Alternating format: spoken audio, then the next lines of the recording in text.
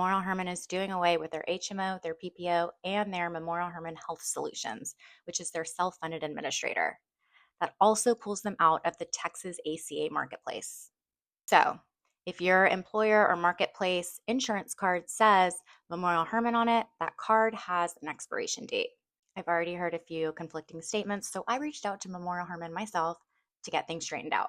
Okay, first things first. Your current policy runs through your renewal.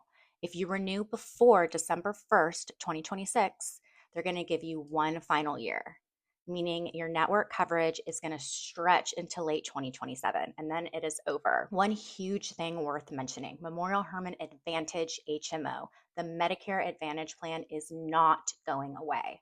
Their Medicare Shared Savings ACO is also still operating. So if grandma's on Memorial Hermann Advantage plan, she is fine. Okay, why is this happening? The press release says sustained headwinds and they couldn't achieve scale. Cute. Let me translate from corporate. Provider-sponsored health plans are getting demolished right now. Memorial Hermann is not a one-off. In the last 90 days, Baylor Scott & White dropped its Medicaid and ACA marketplace plans in Texas.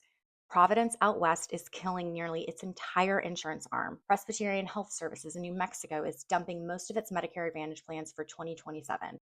Cigna, Aetna, CareSource, and Pacific Source are all exiting the ACA marketplace. 7 carriers, almost 700,000 enrollees are going to be displaced for 2027. Hospital systems thought that you could vertically integrate, cut out the middleman, and become their own insurer. The pitch was beautiful, but the math was not. You're competing against United Healthcare and Elevance, these companies with 50 million members. They have national leverage and PBM empires that these other small groups don't have. Memorial Hermann's PPO was already struggling enough that they had to file an approved network adequacy waiver with the Texas Department of Insurance in the middle of 2025. Houston area employers on a Memorial Hermann group plan, you are now in an active RFP. Whether you want to be or not, you got to start shopping. The good carriers will get tight on capacity fast when an entire regional book hits the market at once. Self-funded employers using Memorial Hermann Health Solutions as your TPA, you actually have the most flexibility and the most logistics.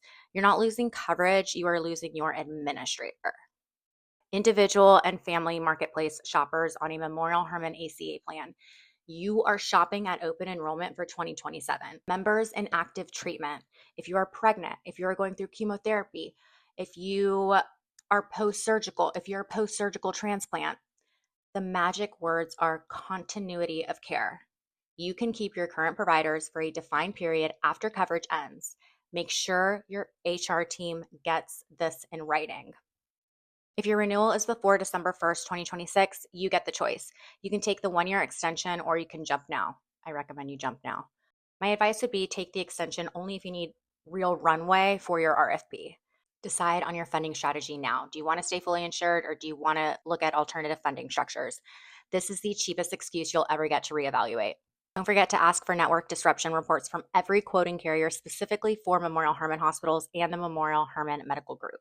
Everything's going to be fine. Just make sure that you do have a plan.